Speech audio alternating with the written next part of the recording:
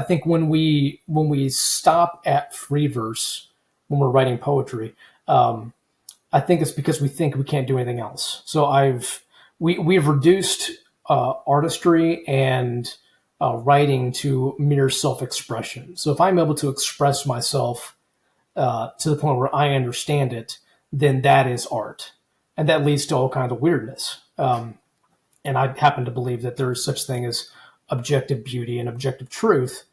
If there is one, there is the other. So why don't we try to make art and writing more than just vomiting on paper? So when we write like a free verse thing, they do exactly what you did. Like, hey, maybe this is okay as like a self-expression thing. I know what I'm trying to say, but maybe I can refine it as a craft.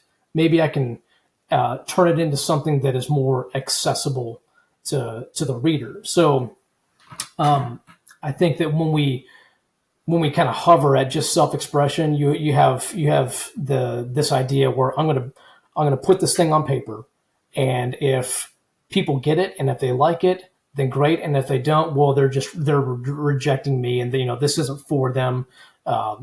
It turns into a masturbatory self-worship. Like, I'm putting myself out there, and if you don't like it, then this isn't for you. Maybe we need to look more at let's make it more accessible.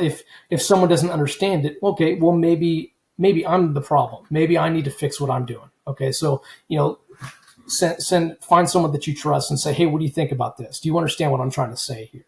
And if they don't, then maybe that's not their fault. Maybe that's my fault. So when we take things like thoughts about war and thoughts about transition, and we put them on paper, why don't we put them into a craft like rhyme, like meter, which is soothing to the mind and helps the mind like tie it together. And why don't we do that so that maybe the reader's able to understand it better? Right. Like, art at the end of the day it's really just technology. It's a tool, right? That we're using to pursue the good, the true, and the beautiful. Right. And I love the perspective that you're bringing, which is, it's really easy for those of us that believe in objective standards, across space and time. But let's just talk about art for now. For those of us that believe in objective standards in art, it's really easy for us to say, well, that's just, postmodern nonsense to say that you're reading into my poem or my essay or my film or my painting or my sculpture, your own worldview onto it, right? Or your own thoughts or your own experience.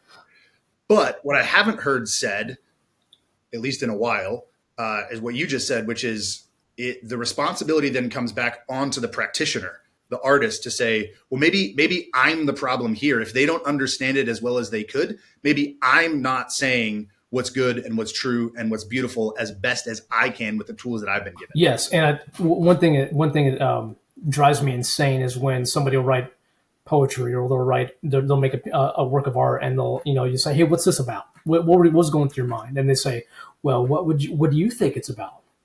No, you don't do that. Don't put the burden on the observer or onto the reader to carry their own meaning into it.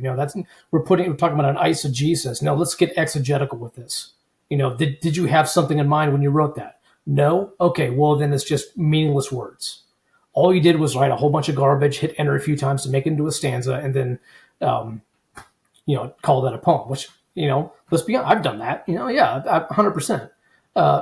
But let's as writers, let's stop putting the burden onto the reader of meaning. Like, they got to carry their own stuff into this. No, you give them something and then supply meaning to it. And then maybe if you do a good job and tie it together, that they'll get that. And they're absolutely allowed to bring their own experiences, their own view, and their own sense of meaning to bear on the piece. It's just it's now volleying back and forth as we're trying to find as close to the center as we possibly can. Yeah, absolutely.